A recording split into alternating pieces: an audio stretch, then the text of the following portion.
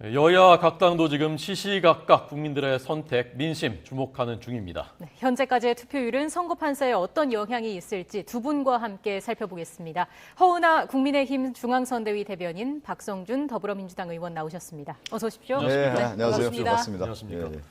마음이 어떻게 초조하십니까? 어떻습니까? 초조하죠. 뭐 선거 앞두고 이제 어떤 결과가 나올까. 예. 워낙 저희 민주당은 어려운 가운데 이제 선거를 치렀거든요. 네. 새 정부 출범하면서 기대론이 워낙 강했기 때문에 그 가운데 이제 돌파를 해야 되기 때문에 상당히 어려운 가운데 치렀지만 최선을 다한 뭐 이번에 지방선거였는데 다만 이번에 이제 투표율이 좀 보니까 좀 낮아요. 예. 이 투표율이 어느 쪽에 유리할지 그게 이제 이번 지방선거의 최대 관전 포인트가 아닌가 싶습니다. 그 네. 얘기 들으려고 저희가 모셨거든요. 아, 그래요? 자세히 듣겠습니다. 이제. 어느 쪽에 유리할까요? 글쎄 지금 손에 땀이 나는데요. 예. 뭐 만만치 않을 것 같다라는 생각은 듭니다. 저희가 뭐 55% 정도 돼야 그래도 안심할 것 같은데 아직은 투표율이 저조하다 보니까 아무래도 지방선거는 일반 선거랑은 좀 다르기 때문에 네. 조직력을 무시할 수가 없거든요. 그 조직력에 있어서 민주당이 좀 더 유리하지 않을까 하는 생각도 듭니다만 많은 보수에 계신 분들께서 투표장으로 향하셨을 거라고 믿습니다. 네. 네. 지금 4시 집계가 이게 이제 잠정 집계라서 조금씩 바뀌긴 하는데 45.4%거든요. 4년 전이 53.2%였고요. 상당히 저조하죠. 네, 그래서 4년 전 최종이 60.2%였는데 이런 추세로 가면 이제 55가 안 넘을 가능성을 배제할 수 없는 상황입니다. 자, 투표율, 지금까지 투표율, 이쪽은 이제 조직표 걱정된다고 하는데 어떻게 분석하십니까? 이제 조직표 이런 걸 떠서 조직표라고 하는 것이 상당히 저는 큰 의미는 없다고 봐요. 왜 그러냐면 지난 4.7 보궐선거에서도 그렇고 지난 대선에서도 민주당이 이제 조직을 기반으로 했지만 대세라는 게 있거든요. 세가 형성됐을 경우에 그 조직이라고 하는 것은 이제 무의미한데 다만 이제 사전 투표율에서의 전체적인 흐름을 좀 저희가 한번 살펴볼 필요가 있을 것 같아요. 예. 그 다음에 또 하나가 이제 이번 본투표까지 이제 살펴볼 필요가 있는데 저는 이 투표율이 득표율로 이어지는 상관관계를 좀 살펴볼 필요가 있습니다. 네, 네. 지난 보궐선거라든가 대선에서의 가장 큰 특징은 뭐냐면 예를 들어 서울로 좀 설명하죠. 네, 서울에 이제 한강 벨트가 있지 않습니까? 네. 그러면 이제 한강 이남인 서초, 강남, 송파 거기에 이제 강동까지 갔을 경우에 그의 표의 결집, 그러니까 투표율도 높았지만 득표율도 예를 들면 뭐 압구정동 같은 경우는 한 90대 10 이 정도 예. 된단 말이죠. 네, 그러면 이 우리 당의 후보와 지금 여당, 야당의 후보 차이가 워낙 격차가 심하기 때문에 더 이상 따라잡을 수가 없는 거예요. 그래서 완패가 되는 게임이 된단 말이에요. 그 지역에서. 네, 네. 근데 다만 이번에 사전 투표율이 서초, 강남, 송파라든가 그 강북의 마용성이라고 하는 지역이 상대적으로 그렇게 높지는 않은 것 같습니다. 지금 보니까 역대 대선이라든가 지난 보궐선거에 비해서 그렇다고 하면 이렇게 해석은 가능하죠. 네. 보수층의 결집이 이번 지방선거에서는 지난 선거에 비해서는 좀 약화됐다. 네. 이렇게 좀 해석이 되는 거고 또 하나는 그 보수층이 투표하러 좀 덜 갔다. 네. 이렇게 이제 해석이 가능하기 때문에 네. 이번 이 투표율에 의해서 결과가 조금 예측과는 다른 결과가 나올 수도 있는 가능성이 조금 높아졌다. 이렇게 저는 해석을 하고 있습니다. 네. 예. 기대도 조금 섞인 해석입니다. 기대를 해야 되죠. 네, 네, 네. 저희는 이제 신승으로 대선에서도 이겼고 네. 사실 대선이 끝난 지가 84일밖에 되지 않았고 또 대통령이 취임하신 지가 22일 정도밖에 되지 않았습니다. 예. 그랬기 때문에 저희를 지지하시는 분들이 투표장에 많이 나오실 거다라고 예상을 하고 있고 또 그랬으면 좋겠다라는 말씀이었지요. 그리고 그만큼 더 큰 신승이 아닌 확실히 차이가 나는 승리를 해보고 싶다라는 욕심도 있었습니다. 네. 다만 이제 투표율이 낮기 때문에 저희가 걱정하는 것은 저희는 조직을 지속적으로 생각합니다. 아까 서울 말씀하셨으니까 서울만 보더라도 구청장이 강남밖에 없었고요. 또 기본적으로 구의원과 시의원이 모두 다 파란색이었습니다. 네, 그 네. 조직을 가지고 특히 지방선거 같은 경우는 곳곳을 다니면서 얼굴 보고 말씀 나눠야 되는 거거든요. 왜냐하면 그 정치에 관심 있는 분들께서 참여하시는 경우가 더 많기 때문에 네. 곳곳을 다녀야 됩니다. 그렇다면 그 조직을 정말로 무시할 수가 없습니다. 저도 현장에 가보면 사실 거리에서 만나는 그 주민분들에 대한 반응은 상당히 좋았었어요. 저희가 좀 험지라고 생각했던 곳에 가도 이제는 입원도 해주시고 아는 척도 해주시고 명함을 버리지 않고 그리고 상점문을 열고 들어가도 인사해 주시더라고요. 예전엔 거의 쫓아내는 경우가 많았거든요. 네. 그래서 현장의 느낌은 상당히 좋아졌는데 네. 그러다 보니까 22일밖에 되지 않아서 혹시라도 보수 유권자들께서 네. 안 나오셨을까 봐 걱정이 되는 면이 조금은 있습니다. 그래서 저희도 지금 투표 독려하고 있고요. 아마 지금쯤 막 이거 보시면서 달려나가지 않으실까 네. 하는 생각을 합니다. 예. 예. 투표 양쪽 다 부탁드리겠습니다. 달려갑니다. 달려가는데 상대적으로 누가 덜 달려가냐의 차이인데 그 선거를 한번 분석해 볼 필요가 있을 것 같아요. 저는 이제 대통령 선거도 한번 분석해 볼 필요가 있는데 98년도가 사실은 이제 대통령 선거 이후에 한 6개월 정도 지난 시점에서 선거를 했단 말이에요. 그때는 이제 대통령에 대한 기대론이 워낙 강하기 때문에 그러니까 김대중 대통령이 당시 한 80% 가까이 지지율을 받았단 말이에요. 네. 그러니까 이제 집권 여당이 이제 승리를 하는 거고 2018년도 같은 경우 이제 문재인 대통령이 당선되고 한 1년 정도 있다가 지방선거를 치렀습니다. 네. 그랬을 경우에도 이제 기대론이 워낙 강했고 그 당시 문재인 대통령이 지지율이 높았단 말이에요. 그러니까 지방선거를 완승했단 말이에요, 민주당이요. 네. 근데 역대 지방선거는 보통 중간 평가가나 정권의 말기에 치러졌기 때문에 실질적으로 그 야당이 우세했단 말이에요. 근데 이번 선거는 약간 이 전의 선거와는 해석이 좀 어려운 선거란 말이에요. 왜 그러냐면 대통령이 당선되고 얼마나 있다가 한 달도 안 돼서 선거를 치는데 대통령의 지지율이 역대 대통령과 비교했을 때 상대적으로 낮아요. 50% 초반이란 말이에요. 그렇다고 하면 이 50% 초반인데 이 대통령을 또 지키고자 하는 보수당이 그만큼 결집하느냐. 이것을 봤을 때는 상대적으로 약화됐다라고 하는 것을 좀 저희가 느낄 수 있단 말이죠. 네. 근데 2012년에 대선을 한번 저희가 또 보면 초기에는 문재인 후보가 좀 앞서지 않겠느냐 이런 예측을 했는데 한 4시 이후에 보수층이 결집이 돼가지고 박근혜 대통령을 당선시키지 않았습니까? 그런 것처럼 4시 이후에 누가 더 이제 투표장에 나오냐. 예. 근데 역대 선거에 비해서 이번 선거는 다른 선거에 비해서는 그 결집도가 좀 약화된 모습은 확실한 것 같습니다. 어쨌든 네. 지금부터 또 중요한 시기일 것 같고요. 예. 저희가 좀 구체적인 판세 분석에 앞서서 이 시각 투표율 어떻게 집계가 되고 있는지 민심연구소 연결을 해서 좀 더 자세하게 들어보겠습니다. 엄지민 앵커 나와주시죠. 네, 민심연구소입니다. 이 시각 현재 민심 충전은 얼마나 됐을까요? 이 시각 현재 전국 투표율 살펴보죠. 이 시각 현재 전국 투표율 45.4%입니다. 4년 전 지방선거와 비교를 해볼까요? 지난 지방선거와 비교를 해보면 7.8%포인트 낮습니다. 자, 역대 7차례 지방선거의 최종 투표율은 어땠을까요? 최종 투표율 1회 때 가장 높았고요. 3회 때 가장 낮았습니다. 이후에 꾸준히 올라서 4년 전 선거에선 60.2%를 기록했습니다. 오늘 나올 최종 투표율이 이 기록을 깰 수 있을지도 관심이죠. 자, 역대 선거의 이 시각 투표율은 어땠을까요? 1회 때는 따로 집계를 안 해서 없고요. 또 2회 때부터 이 시각 투표율을 좀 살펴보겠습니다. 자, 현재 투표율이 45.4%니까 전반적으로 비슷하다가 지난 선거 때는 조금 높았던 걸 확인할 수가 있죠. 자, 그렇다면 이 시각 현재 전국 17개 광역시도 중에서 투표율이 가장 높은 지역은 어딜까요? 자, 전남의 투표율이 가장 높네요. 54.1%의 유권자가 투표를 마쳤습니다. 전남은 전통적인 민주당의 텃밭이죠. 전남의 이전 선거 결과를 좀 볼까요? 역시 민주당의 텃밭답게 민주당이 우세했습니다. 이번 선거에선 민주당 김영록 후보와 국민의힘 이정현 후보가 대결을 벌입니다.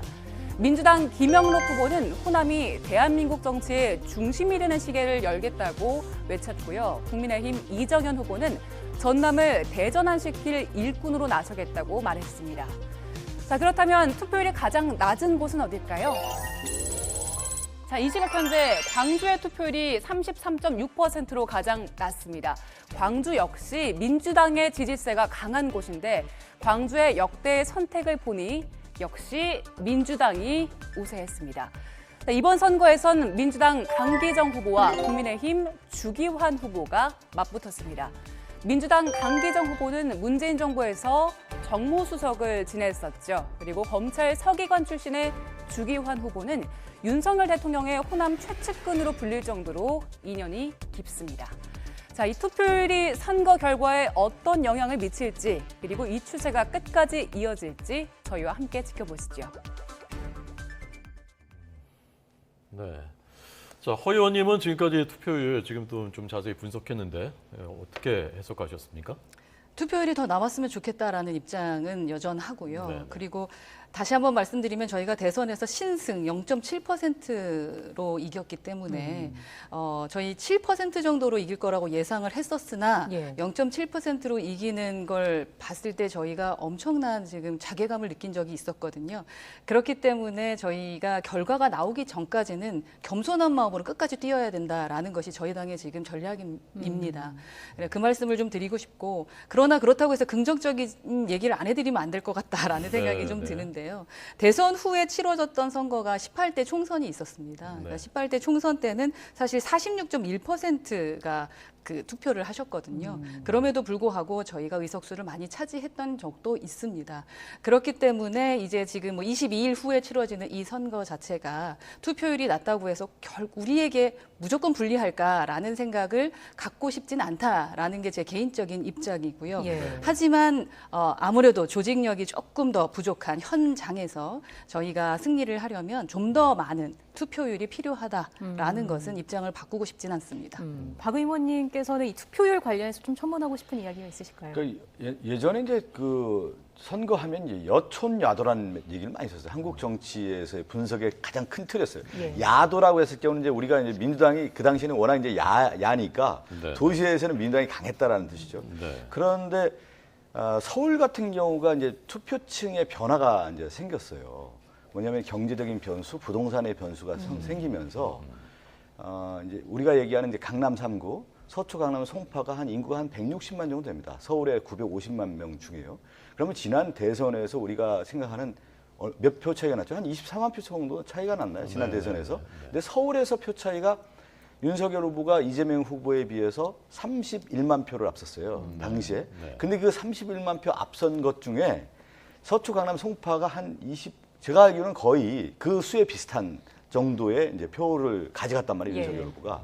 그러니까 역대 이제 대선이라든가 지방선거, 특히 오세훈 후보가 당선됐을 때 보면 이 서초, 강남, 송파의 그 결집도가 서울 선거를 좌우하는 영향이 됐다. 그것이 지방선거를 뛰어넘어서 대선까지 영향을 미쳤는데 그 여파가 이제 마용선까지 간 겁니다. 마포, 용산, 성동까지 갔기 때문에 서울의 전체적인 지형을 봤을 때 보수층이 조금 더 무게가 실리는 쪽으로 이제 서울 지형이 바뀌었고 민주당이 조금 어려운 지형으로 됐단 말이죠. 그래서 이번 근데 이 지방선거에서는 그 투표의 연장이 계속 나올 수 있느냐라고 하는 것이 이제 한번 바라볼 필요가 있어요. 왜 그러냐면 이 지역민들이 지난 4.7 보궐선거, 대통령 선거를 통해서 확실하게 이 부동산 문제와 관련된 경제적인 면에 대해서 표심을 통해서 우리는 이런 성향이 있다, 이런 정책을 바꿔라라고 엄포를 놨거든요. 그런 가운데 이제 송영길 후보 같은 경우는 이제 부동산 관련된 부분에 대해서 공급 정책이라든가 세제 완화라든가 여러 정책들을 내세웠단 말이죠. 그러면서 이제 호소하는 전략이 오히려 어떤 면이냐면 오세훈 후보가 지난 4.7 보궐선거에서 내세웠던 공약이 있는데 한 1년 동안 지켜봤더니 오세훈 후보가 그렇게 좋은 정책을 내놓거나 실행력이 좀 떨어지더라는 거예요. 그것이 이제 서울 시민에게 얼만큼 호소가 되느냐의 문제이고 또 하나가 있다고 하면 이제 특히 서울 민심을 봤을 때 오세훈 후보가 이번 4번째 도전이더라고요. 그러니까 광역단체장에서 4번째 도전인데 3번까지 했는데 과연 실적이 있느냐. 그러니까 오세훈 후보에 대한 심판론도 분명히 있는 겁니다. 그러니까 서울시장 후보의 송영길 후보의 새로운 카드가 나왔을 경우에 이 카드에 대해서 이제 서울 시민들이 좀 관심을 갖는.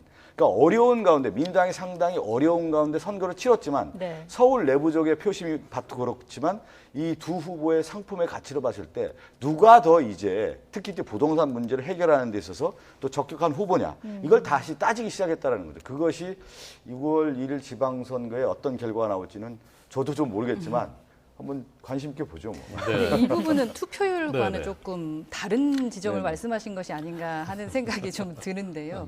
기본적으로 좀 전에 말씀하셨던 게 윤석열 정부가 그 지지율이 되게 낮은 대통령 후보로서 시작한다라고 하셨지만 사실 대통령이 당선되고 나서 기본적으로 지지율이 이렇게 급격하게 올라갔던 대통령도 없었습니다. 그러니까 22일 동안 해낸 일이 엄청나게 많다라고 느끼시는 국민들이 많으시다는 거고요. 그로 인해서 사실 정당의 지지율 자체의 차이도 엄청나게 많이 나고 있는 것을 인정을 하실 겁니다. 이거는 부동산 문제만 보더라도 또 이 부분을 봤을 때 능력이 있느냐 없느냐의 문제이거든요. 네, 오세훈 시장께서 아무것도 하지 못했고 무능력했었다라고 말씀하시는데 서울시에 있던 그 주민들은 그렇게 생각하지 않습니다. 1년밖에 되지 않고 특히 시의원들이 우리 국민의힘이 아니었음에도 불구하고 수많은 능력들을 보여줬고 또 4개년 계획을 세웠는데 그것이 이루어지길 바라는 서울 시민들이 상당히 많다라는 네. 말씀을 드리고 싶고 마지막으로 송영길 후보에 대한 말씀을 좀 드린다면 송영길 후보는 사실 인천에서 지금 도망 오시지 않았습니까? 그리고 개항을에 나오시는 이재명 후보가 개항을을 바꾸겠다고 수많은 말씀들을 하셨는데 개항을을 20년 동안 지키셨던 분이 송영길 후보셨습니다. 그 후보께서 너무나 일을 잘했다면 그렇게 바꿔야 될 것이 많았을까라는 생각들을 국민들은 하실 거라는 생각을 좀 하게 됩니다. 네네. 자, 전운이 고조되고 있는데 그 전에 투표율 그 지역별로 분석하셨으니까 예. 요거 좀 기술적인 거 한 가지만 더 여쭤보고 예, 예. 지금 하단에 저희가 이제 그 광역단체별, 기초단체별 그 네네. 투표율을 계속 보여드리고 있는데 대체로 보면 지금 그 서울은 전국 평균보다 높고 경기 인천이 지난 대선에서 이재명 후보가 우세했던 곳인데 여기는 지금 전국 평균보다 낮고 그다음에 이제 그 제주 강원은 전국보다 높거든요. 그다음에 이제 광주 같은 곳은 많이 낮고 이것을 이제 어떻게 해석하실 수가 있을까요? 그러면 이제 이렇게 봐야 되는 거예요. 네. 저는 지금 얘기하는 전체적인 이제 투표율을 보는 거지 않습니까? 네. 그런데 이걸 좀 비교를 할 필요가 있어요. 제가 아까 서울 얘기를 좀 하잖아요. 네, 네. 경기도도 마찬가지인 거죠. 경기도도 그러면 이제 국민의힘의 대선 과정에서 윤석열 후보에게 강한 지지를 보였던 지역들이 있지 않습니까? 네. 그 지역들이 실질적으로 투표율이 낮아졌다고 하면은 그 국민의힘의 이 투표율과 득표율이 상대적으로 낮아질 가능성이 있다. 이렇게 해석이 돼야 되는 것이죠. 그러니까 전체적으로 경기도가 투표율이 낮아졌다. 이 자체만으로 해석하는 것이 아니라 예. 네, 네. 서울이 투표율이 높아졌다. 이것이 아니라 지역별로 좀 바라볼 필요가 있다. 네. 그러니까 그것이 지지층의 결집도와 연결되는 겁니다. 그렇게 좀 바라볼 필요가 있을 것 같아요. 그러니까 지금 네. 시청자 여러분들도 그걸 네. 좀 주목해 보시면 될 것 같습니다. 지금 인천도 지금 저희가 이제 기초단체별로 투표를 보여드리고 그렇죠. 있거든요. 예. 이게 원래 어느 쪽에 이제 강세 지역이었는지 이걸 좀 이렇게 분석하시면서 보면 아마 이제 두 분 말씀하신 그런 맥락을 이해하실 수가 좀 있을 것 같습니다. 근데 좀 시도별 이 투표율 관련해서 좀 어떻게 보고 계시는지요? 조금은 다른 지난 선거 때랑은 정말 다른 좀 모습을 좀 보여주고 있지 않나라는 생각이 드는데요. 개항을만 하더라도 이렇게 정치적 이슈가 있었던 곳이었나라는 생각이 들고 예. 그로 인해서 모든 국민이 그 개항을을 바라보고 있는 것 그리고 경기도지사에 대한 이 박빙 선거에 대해서 정말 전 국민이 바라보면서 누가 될까를 이야기하고 있습니다. 이러한 지방선거가 있었나라고 생각이 들 정도고 네, 재보궐선거가 있었나 하는 생각이 드는데요. 그만큼 능력과 무능력에 대한 그러한 경쟁 구도가 아닐까 하는 생각이 들고 이번에 이제 투표장에 나오셔서 저희를 지지해 주시는 부분들은 아무래도 윤석열 정부 탄생한 지 22일 됐는데 발목 잡으려고 하는 민주당의 다수의 횡포를 보시지 않았습니까? 네. 그렇다면은 지방 권력들은 이제 좀 고르게 분포가 돼야 될 것 같다. 그리고 힘을 실어줘야겠다. 그래서 안정되게 국정 운영을 할 수 있도록 도와줘야겠다라는 생각을 좀 많이 하시는 것 같고 네. 네. 특히 강원도 보면 참 재밌는 현상이 8명의 의원이 있는데 그중에 5명이 이제 저희 당 의원들입니다. 어허. 예, 5명. 그런데 그 5명이 모두 다 그 지도부입니다. 그러니까 이번에 강원도에 힘이 엄청나게 많이 실렸어요. 네. 그래서 그러한 부분도 어쩌면 이 투표율에 영향을 미치지 않았을까 네. 하는 생각도 좀 들게 됩니다. 네, 이 강원도 얘기 나오면은 뜨거워지더라고요. 아까 전운이 고조되는 거 제가 약간 일단 진화했는데 말씀하신 강원도도 좀 한번 얘기해 볼 필요가 있을 것 같아요. 이제 강원도의 힘이라는 용어를 많이 쓰잖아요. 강원도 같은 경우가 인구 우리나라 땅에 비해서는 엄청나게 차지하는데 인구는 한 150만 정도 되는 것으로 제가 알고 있는데 맞나요? 한 150만 정도 될 겁니다. 네. 강원도 땅의 넓이에 비해서 상당히 인구가 이제 적었는데 이 강원도는 어떤 꿈을 꿨냐면 인물론을 꿈꾸는 거예요. 예. 그래서 여기 지역에서 야 대통령 후보도 한번 만들어 보자. 큰 인물 한번 만들어보자. 그게 강원도의 힘 아니냐. 감자의 힘 한번 발휘해보자. 그랬단 말이에요. 근데 강원도가 그런 인물들이 없다가 과거에 이광재 후보가 그 강원도지사를 했지 않습니까? 그때 이제 강원도도 그 당시 선거도 이광재 후보가 이계준 후보하고 했을 때 그 지지율이 상당히 처음에 저조했어요. 제가 그 수치가 정확하게 생각나지 않는데 지금처럼 막 차이 났었단 말이에요, 실제. 그런데 뭐냐면 강원도가 마지막 이광재 후보에게 힘을 실어줬던 결정적 계기는 뭐였냐면 인물론이었단 말이에요. 인물을 만들어보자. 근데 이광재 후보가 이번에도 국회의원을 하면서 국회의원 포기를 하고 그 어려운 형국에 지금 이번 지방선거가 워낙 어려운 가운데 치러지지 않습니까? 예. 희생하면서 내가 다시 강원도를 살리겠다. 네. 강원도의 인물로서 강원도의 힘을 발휘하겠다라고 하는 것을 과감하게 승부수를 던졌단 말이에요. 그러면서 강원도에 있는 지역 주민들도 아 그래 이광재가 다시 나왔어? 우리 지역에 이런 인물이 또 있어? 라고 하는 차원에서의 표층들, 표심들이 이제 발휘하고 그것이 저는 투표율로 이어졌다고 봅니다. 네. 네. 자, 결국 인물론이거든요. 인물에서 나오는 이렇게 거예요. 이제 후보도 이름이 거명되면 이건 지금 투표 진행되고 있기 때문에 균등하게 기회를 드려야 되거든요. 강원지사 이야기 하실 거 있으면 하시고. 이제 인물론을 말씀을 하셨는데 강원도민들이 이제 느끼신 게 있으실 거예요. 인물론을 통해서 강원도를 살릴 수는 없다라는 것을 알게 되시지 않았을까 싶습니다. 집권 여당과 도지사가 함께 힘을 합쳐야 우리 도를 바꿀 수 있다라고 느끼시는 것 같고 그래서 힘 있는 여당에게 힘을 실어줘야 된다라는 그런 민심이 돌고 있지 않나 하는 생각은 듭니다. 예. 네. 어떻게 될지 계속 좀 지켜봐야 할 것 같고요. 저희가 계속 자막으로 보여드렸는데 지도부에서 판세를 일단 국민의힘에서는 8곳에서 9곳이 목표라고 하고 민주당에서는 4곳 내지 5곳에서 이기면 선전이다라는 이야기가 나오는데 이건 좀 보수적으로 잡은 수치일까요? 어떻게 봐야 될까요? 기존에 비하면 사실 뭐 보수적인 게 아니라 진보적으로 잡은 거지요. 그러나 저희의 개인적인 목표는 다 했으면 좋겠다라는 예. 생각입니다만 저희는 아직은 보수적으로 보고 있고요. 그리고 끝까지 결과가 나오기 전까지는 뚜껑을 열어보지 않으면 말할 수 없다라는 입장입니다. 그냥 네. 아마 보수적으로 9곳을 이제 말씀을 하신 것 같습니다만 좀 더 지켜보자라는 것이 저희 지도부 생각입니다. 예. 저는 저 지도를 저렇게 보니까 6.1 지방선거 판세하면서 지도를 딱 보여주니까 가슴이 아프네요. 다 빨간색이가지고 네. 우리가 우리가 하얀색이 많이 있습니다. 서울 아니, 수도권 저건 이제 쪽에. 박빙이라고 하는 경합제가 아니겠습니까? 예. 근데 이 모든 선거에서 이제 우리가 얘기하는 서울, 경기, 인천이 매우 중요하죠. 서울이 얼만큼 나오느냐, 또 이번에 가장 큰 싸움이 벌어졌던 경기도에서 어떤 결과, 또 인천도 그렇고, 또 하나가 이제 인천 계양을의 결과, 이 네 선거구의 결과가 이게 지방선거의 성적표라고 좀 할 수가 있을 것 같은데 네. 나머지 지역이 뭐 이렇게